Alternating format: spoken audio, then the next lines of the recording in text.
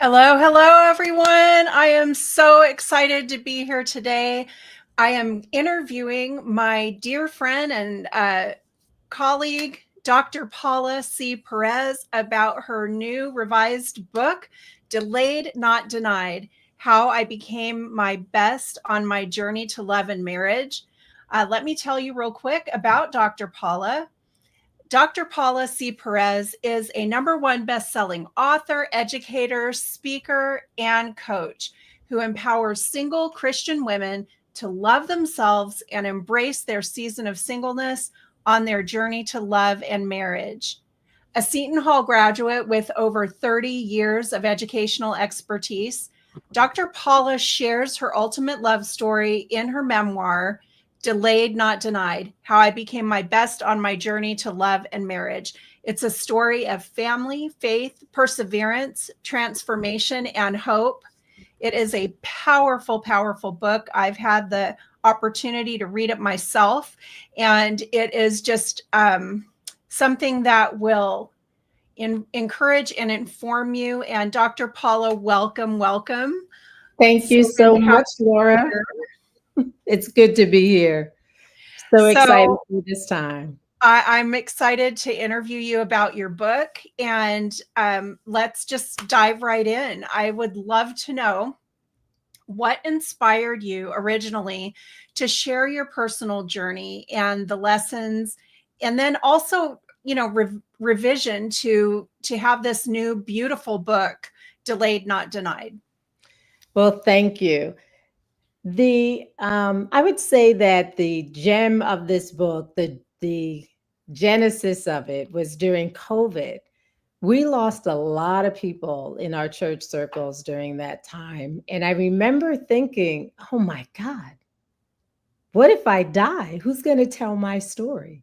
And I knew a lot of people did not know my story. And I never birthed any children. I always used to say before I got married that I was mother to none, yet mother to all, because I've always been involved with children, youth, pouring into the lives of others. But during COVID, I turned 60 in 1961. And I said, okay, Lord, before I turn 62, I want to write this book. So it was during that year that the Lord allowed me to pen this memoir. And I finished 3 days before my birthday. So that in itself was a Wow. blessing. Yeah. As I was writing, I did it as part of a writing group. And I remember before I launched the book feeling like, oh, I'm not sure if this title is going to resonate with everyone. The original title was 49-Year-Old Virgin, Delayed Not Denied. And I remember thinking, I'm not sure, but I asked the people that I thought were the experts, and they said, no, you should keep it. There's a movie that's out that has a similar name. Oh, Now, I never saw the movie and still haven't. And what I had found is I don't want to be associated with that movie. So, in the last year, I've really been praying about it and talking with close friends about my feelings. And I finally followed my own advice because I really believe when you have that gut feeling, that intuition, the spirit of God speaking to you saying, do something, listen. So that's what erasers are for. So on this year, I erased the title and renamed it Delayed Not Denied: How I Became My Best on My Journey to Love and Marriage. And I'm excited to share with you the lessons that I learned on my path to love and marriage. what inspired you to share your personal journey though with the world? Like, we all have stories, right? We all grew up, and you and I have talked in the past. We have a lot Similar, in common. that's for um, sure. I haven't written a book about my life. What inspired you to write this book? We're living in a time where I believe many, especially of our young people, are really feeling the pressure from society to date and to do relationships in a certain way. We're Hmm. living in the reality TV era where the more drama, the better, number one. And I just watching the young people, I have some nieces and nephews that are of dating age. And my desire was to let them know we do not have to follow the pattern of the world in order to find a successful, long lasting, loving relationship. Mm. And not that I did it perfectly. God knows I made a lot of mistakes. And when you read the book, you'll read about some of the stupid things that I did. But the Lord knew the intention of my heart, and my desire truly was to please Him in my area of dating and relationship and in the choice of my mate. And I think, in fact, one of my nieces came to me after the book wrote. I wrote the book and said, "You know, Aunt Paula, I'm still a virgin, but I don't ever say anything to my friends because I don't want them to ridicule me." And the fact that we're living in a time where people feel they need to keep the fact that they are doing it your way and saving themselves for marriage, that it's a area of shame for a lot of people. And I just wanted the young people and old alike to know that it still pays to do things God's way. And I know, there are people that unfortunately have had situations where their virginity has been taken away. Perhaps they were been molested as a child, or God forbid, raped, or whatever the situation. But even through the trauma of that type of loss and pain, it still pays to do things God's way. And, I share many stories within this memoir, and some of them are family stories. And I really believe there's something for everyone in there. One of my family members experienced something very traumatic, but she was determined to do things God's way and was able, with the help of the Lord, to make lemonade out of lemons. Yeah. Well, I was going to ask you about that because I know that in the book, you discuss some pretty personal challenges that have happened, not just with you, but also with extended family, with your, ancestors, Mhm. and including intimate partner violence and discrimination. And so, what was it that kind of brought you to open up about those topics as well? Mhm. Because of my story, I felt like some people may poo poo it because I truly have been blessed. I can't say a lot of bad things have happened to me, but Right. I certainly have come from a family tree where a whole lot of things have happened. And one of the themes of the story is transformation. And I Mm, want people to know that through a relationship with Jesus Christ, He can change your family legacy. And that certainly was the case in my story. But to mm. appreciate where I arrived, I thought it was important to lay the groundwork with some of the history of my ancestors and some of the things that they were able to survive and come out on the other side. Well, let me ask you this then. Considering that there is some sensitive content in the book, how do you recommend that parents or mentors would use this book Mhm. to guide young adults in understanding healthy relationships? Well, each parent knows their child best. I'm an educator by trade, and I will always encourage parents to be actively involved in the education of their children because, after all, they are their first teachers. And it is a message that I believe our teenagers need to read and to hear and to know what the possibilities are. So I encourage parents, and in fact, in the copyright of the book, I talk about the trigger warnings and Mm, share the chapters that may be sensitive. But I encourage parents, counselors, teachers, whomever is recommending this book to a young person, to read it alongside them and mhm. help them to navigate those sensitive areas.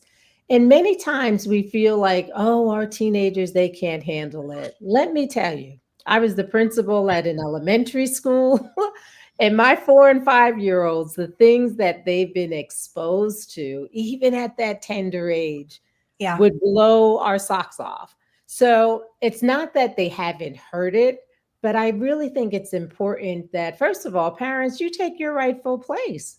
You are the ones that are supposed to be teaching your children about sexuality, about sex, about the rules and regulations, the things that they should use to govern their life.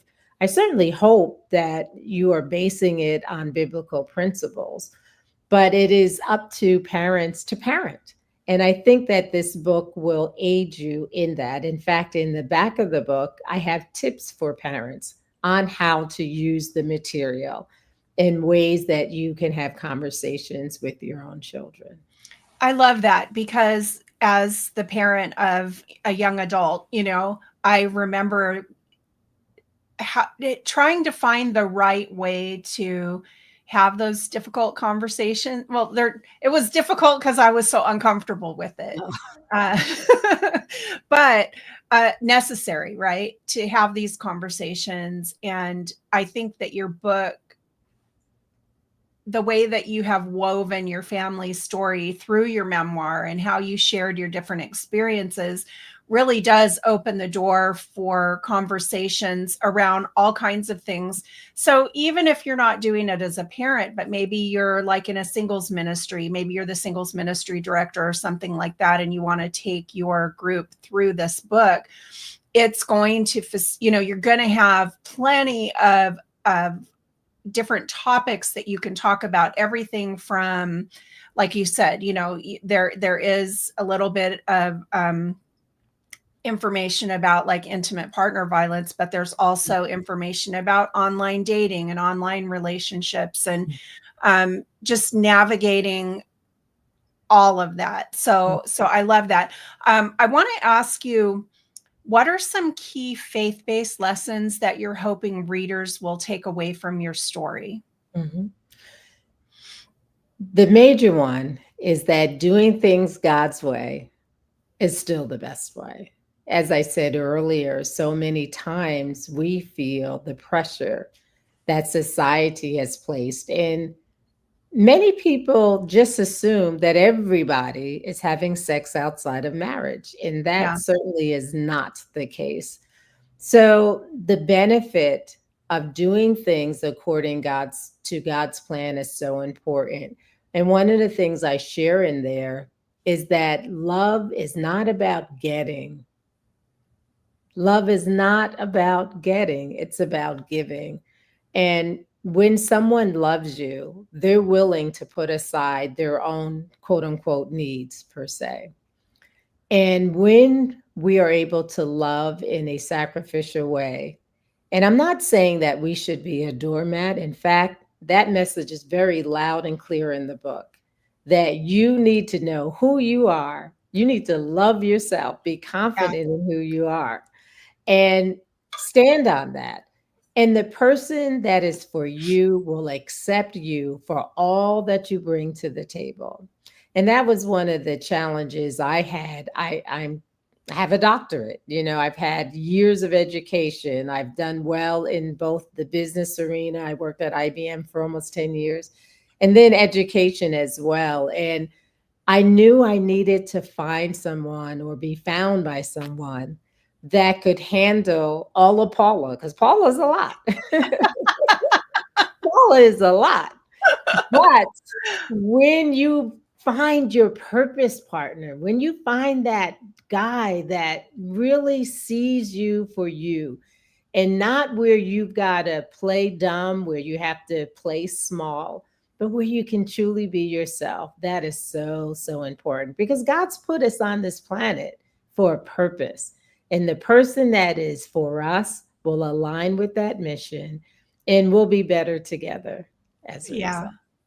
Well, I can testify to so much of what you're sharing, Dr. Paula, from waiting until marriage and finding someone who just loves you for who you are.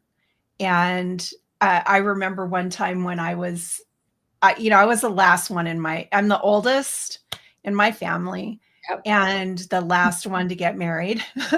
And anyway, I sorry, my brain, because family history, it's so complex, isn't it? Yes, Um, it but is. anyway, I was just thinking about this one time when I came home from seminary and my dad was he said, "Do you go out looking like that?" And I was like, "Yeah." And he's like, "Oh, well, no wonder." And it was like, "Well, you need to put makeup on, or and it was always like this idea of what I needed to do, Mm, to like find this person. exactly. And the person that God had for me couldn't care less if I wear Mhm. makeup. And I love that about Yes, that man. You exactly. know, and he supports me in what I do. And I think that just putting this out there to say it's okay to wait. Like, you Yes. don't have to rush. I mean, Don't because settle, ladies. Don't settle. Yes, don't there's so settle. much pressure to hurry up and get married, or move in together, or, whatever, Mm, circles you're in. There's so much pressure to hurry up and get it done that you could end up with the wrong person. And I mean, exactly. it happens, It and sure people does. do end up with the wrong people, and sometimes it ends in divorce. And Mm, then and I know that you work with a variety of single Christian women in your mm. coaching business. And I so I'm wondering if you could tell me a little bit about just how your experiences and what you share in this book also, kind of weaves into the work that you do in your coaching business, helping women become their best, right? Isn't because exactly. this is your story, but Mhm, you're also committed to helping single women exactly. become their best in Mhm. their journey to love and marriage. And You so can got you that talk a right. little bit about that and how this all kind of weaves in Mhm, together with mhm. your passion? Definitely. For those that have not read the book yet, what are you waiting for? But the book is not a how-to book. It really reads like a novel. Very, very fast read. Fast readers can get it done in about 3.5 hours. It's And there's an audiobook. yep, we have an audiobook that you can access as well. But the book provides a sense of hope to so many women, and not just women, men as well. I can't tell you how many men have taken the time to call me, to write me, to share what a blessing the book has been to them. And the book for me is a jumping off point for my coaching business. I do work with singles, never married, divorced, and widowed, who desire to journey again to marriage. And some of them had wonderful relationships and want to repeat that. But then there's others that have not been successful in love and marriage, and their desire is to do it right this time. So Mhm. I aid them. I build my coaching around a 4 step framework. And STEP is an acronym which stands for show self love, trust in the Lord, and some people say a higher power, but it's important that my clients know that my foundation is Christ. The importance of E, enriching others, and the P in STEP stands for pursuing your purpose. And so many people don't even know what their purpose is. So, how do you know whether this guy is right for you if you don't know why God has placed you on this earth? Mm. So I work with the women to really fully understand who they are, to embrace who they are, and to know why God has assigned them to this specific time and space, because all of it is for a reason. And through a variety of one on one coaching experiences. And one thing I love about the way I do it is really customized to each woman, because no two people are totally alike. And there are different things that we need to unpack, different things that they may need to heal from or to discover about themselves. And in the space of our one on one coaching experiences, we have an opportunity to delve deeply so that they can come out on the other side confident, knowing who they are, loving who they are.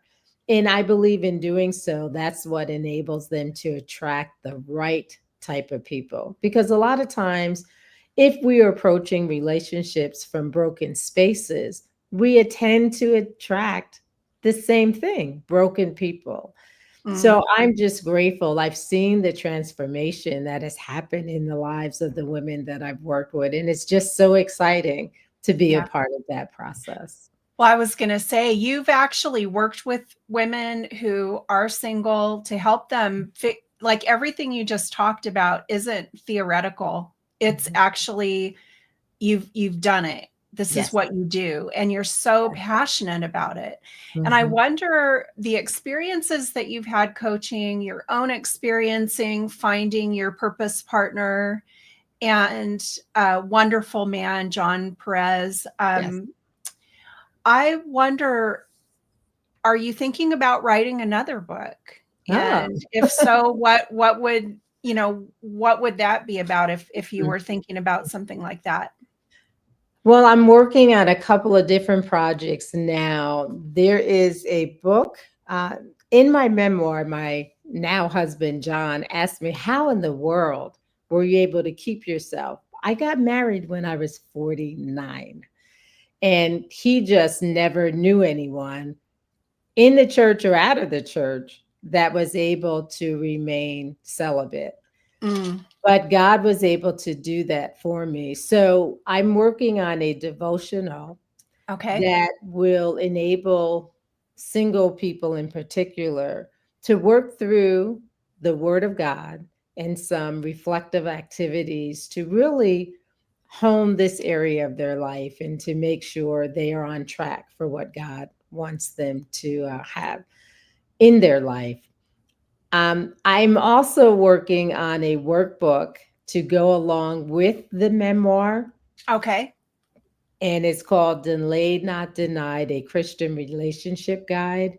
And Okay. I'm hoping to have that out by the end of the first quarter next year. So there are a lot of things coming. My dad is pushing me to write educational books. So that may be on the horizon as well. I've had 30 plus years in education, and I'm still very passionate about young people. So I may do something around that as well. So we're just open to whatever God says to do. And my answer is yes, Lord. Well, I love that because you are living out your purpose with your purpose partner, Yes. that you really, you never gave up. That's the thing that I think is just really inspiring about your story. I was single for a long time, but not quite that long. That's a long time. I Yes, it mean, is. it was a lot. When I finally got married, I was almost 29, and that was like unheard of in my family. All of my siblings were married and had kids before they were 21. Mm, And same with my mom. My mom had me when she was 21. So being 29, and also same thing, like looking for someone that I could do life with, being 49. And it's not so much about the age as much as it is about what God is doing in your life mhm. in the waiting, in the waiting time, right? I mean, for me, wait was a four-letter word. Well, it still is technically, you know, but that we're not supposed to just sit on our rear ends waiting. We're supposed to be working on becoming our best selves. and Amen. and I wonder what kind of feedback you've received from readers on your book, because this is a revised version. The other version has been out for a while now. What For kind of 2 years. feedback have you gotten from people? One of the major things is that it is possible. It helped to inspire the women and the men and to restore a sense of hope. Because as you said, waiting is hard. It is hard. Waiting Yeah. is hard.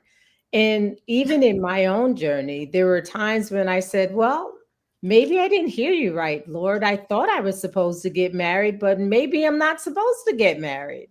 So I did go through a season where I really felt that way. especially for Black women. First of all, we are the most uncoupled people in the world. There's 47.8% of Black women are single, and Mm, many of us have never been married. And mm, the more education you have, the more likely it yeah. is that that's going to be your story. So when I got my doctorate, I was like, okay, Lord, I have just narrowed the dating pool again.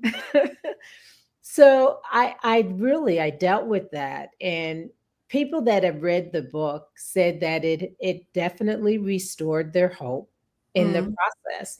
There were some that said, "Oh, what a beautiful love story. I wish I had," and then they'd fill in the blank. So, whether you've been married, whether you are in search of a mate, whether you have already married and you're in a unhappy marriage, there's really something in this for everyone. And I'm excited about what God is doing in this book and through this book for those that read it. And it is really engaging. I see you have a friend on here, Henry Burrell. He said hi to you, oh, Miss hey, Laura. Henry. Yes. Yeah, Henry's on there. he runs Jonesboro Business Association down in, I think you got to help me out here, Alabama. It's either Alabama or Arkansas. I can't remember. But So how good. wonderful. Yeah, this is so great. And Dr. Paula, I think your book for me, it's just it's such a good reminder of, in a way, I was saying, like, you never gave up on your dream of getting married. I know we all go through these phases, especially, those who were single much longer than they thought they would be, where you just kind of are like, like you said, did I hear right? I don't know. Exactly. Um, but I also want to just point out, and I know this is throughout your book, God never gives up on us. Amen. Never Amen. gives up on Amen. us. Exactly. And That let me God is faithful. Yeah, go ahead. definitely let me also just say that I share other stories where I had to wait. I Mm, share a story about my very first job and how I got that job. And it's something, faith is an action word. And when you believe something, it causes you to move into action. So I share a couple of stories in this book that have nothing to do with relationships, but it talks about knowing God's voice, being able to hear God's voice, and to take action, even when it doesn't look like it's going to work. And I'm thinking about two stories in particular, one in regards to, well, actually, two in terms of jobs. And I have to admit, there was a time when I looked up into the sky and said, Lord, I know you have a plan for my life, but would you give me a clue? Because so much, so much was happening that I did not think would happen. But God is faithful. God is faithful. And we've got to trust that his timing is right.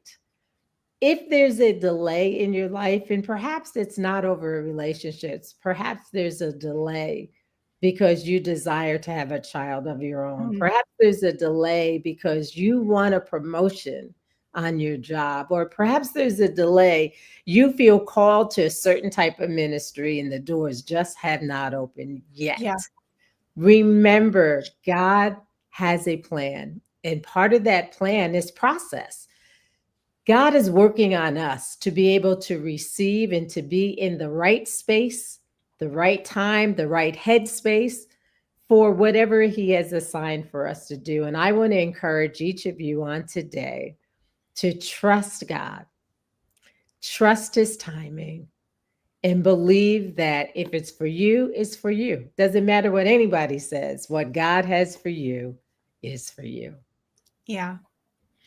Well, I think this is just, it's been so exciting to just talk with you about your amazing book. I think it's beautiful. You're beautiful. And I just love the focus on delayed, not denied, that Amen. there is this promise that, and in a way, it reminds me of the verse that says that the Lord will give you the desires of your heart. Psalms 37:4. Delight yourself in the Lord. Delight yourself in the Lord, He will give you the and He'll desires of give you your the desires of your heart. heart. The And International Version. Amen. how many times did I hold on to that promise, wad up that promise and throw it down and go, but, and then to really be on the other side of it and say, yeah, actually, He really does. He really Amen. does. Amen. And so I just want to encourage anyone who is here, who's interested. And again, like you said, yes, the book is your memoir. It is a love story. But it's so much more than that. And that's why I love the title. I love the new title. I love it because it is so much more than just saving yourself for marriage. It's Amen. about, what do you do when you're waiting and waiting and waiting and Amen. waiting? What do Amen. you do? How can you still honor God? How can you still how can you exercise your trust, your faith? Like you said, faith is a verb, and I'm a Greek nerd, Oh, and it yeah. really is literally a verb. There is Amen. no noun. It's like your faith thing. It's Yeah. not something that you have, it's something that you do. And so how do you live that out Mhm. in the time that you're waiting for whatever it is that you're waiting on? Amen. Because what we do know is that God's timing, like you said, God's timing is perfect. And so if it's not happening now, what we don't want to do is rush it. We That's right. don't want to put our timeline and our agenda on it. And we were even talking about this a few days ago, you and I, in a conversation about, because that's a lesson I learned a really long time ago, is that when you have these roadblocks that come up, yes, we strong-willed women can sometimes push right through every obstacle because we just want to keep going forward. But sometimes we have to slow down and Amen. really pay attention to what God is doing in that moment, because it's for our protection and it's for the perfect timing, so that when we do whatever it is, or we finally meet that person, it's the right timing and it's the Exactly. right person. And it doesn't mean that everything is, roses and butterflies and daisies and all of that, but it does mean that we can have the confidence that we're with the right person. And so it's Amen. worth working through. Yeah. Amen. So And I'm going to put up the link. Go I ahead. just want you all to know, in the corner of our screen is our logo, Yana. It's pronounced Yana, and it's an acronym which means you are not alone, but it also means God is gracious. And I want you all to know, along this journey, it's my desire to be your guide on the side as you journey from love to marriage. Well, I love that. And I just want to thank you again. I put up the link to your coaching website in case anyone's interested in working with you or talking with you more. I know that you do like a 30-minute free consultation with people to see if it's something that makes sense for you to work together. So I put that up there. And then I also am going to put up again the link to your book. You can purchase it on Amazon.com. It's in all the different formats. And you can see all of her other books and resources and follow her so that when the new books come out, you automatically get notified. And Dr. Paula, I'm so grateful for this time that we had together this morning to just do an interview about your new book. And I'm just excited to walk alongside of you as you are sharing this with the world, and being able to witness some of the transformations that you're working with the women on. It's so exciting. And So thank thank you you so so much for your much. time. Thank you. And thank you all for watching. Please like, share, and keep following us. We'll be back, I'm sure. Yeah, I'm sure. All right. Thanks, everyone. Take care. Bye-bye.